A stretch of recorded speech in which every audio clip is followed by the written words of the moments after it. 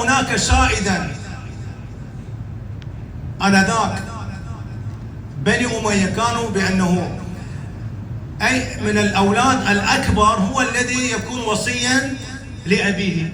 Yani oğlanların büyüğü böyle said diyenlerinde böyle almışlar بأنه oğlanların büyüğü onun vasi oğlu. فالإمام الحسين عليه السلام koydu büyük oğlu adı Ali, الأوسط علي وكذلك الأصغر علي حتى لكي يوهم بني أمية حتى bilsinler بأنه مثلا bilmesinler naksı birisi imam olacaktır. İmam orada mesela yok bir sebep kubrul umur yok ve innema nas min Allah subhanahu ve teala. Allah'dandı ve kedalike min imamin ila imam.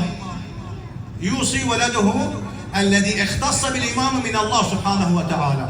Öz başına ne de bilmez. Febak onlar ne itikadları benim Ali'l ekber huvel imam ba'de abihi.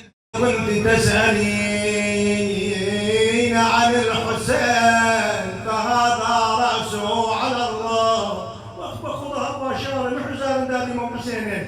وإن كنت تسألين عن أبي الفضل العباس فلقد خلفناه مقطوع اليدين دام الوريدين. نجحت أبو صيحة قوي بزنوده kolları kesilip ala şatı'l alqami.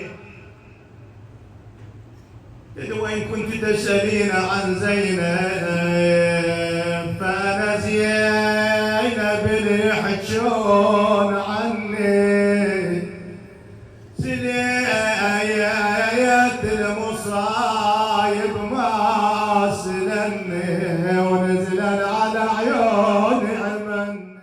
Adın kalsın dudağımda lay lay balam Rukiye'm lay lay gönlü hasret kalayam güller cemalı Rukiye'm hep sabrımı menden alan el getirdi sarayam zülfine yumdu gözün dedi amme indi babam gelir mene verip sözün. Bir gecede babasının firakı yüreğini yordu.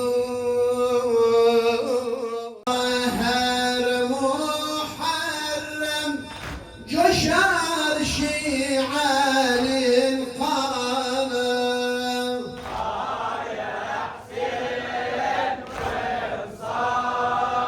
ale beyke ya Hüseyin dilde dolanı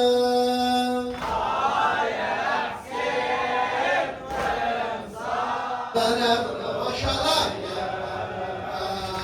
Günlerim döndü kareye babacan sensiz. Günlerim döndü kareye babacan sensiz. Nece yuhum gelir baba yatıpsam bensiz. Nece yuhum gelir baba yatıpsam bensiz. Ben de senin tek gömüldüm baba kefensiz. Ben de senin tek gömüldüm baba kefensiz. Allah yüreği acıdan dolan menem Rukiye. Yüreği acıdan dolan menem Rukiye. Babası başında ölen menem Rukiye. Hasret başında kalan menem Rukiye. Menem Rukiye. Demem maşallah. Ay yara dolsa canım Uyansam el kanıma, yara dolsa canıma. Uyansam el kanıma, düşersem sağ yanıma. Düşersem sağ yanıma.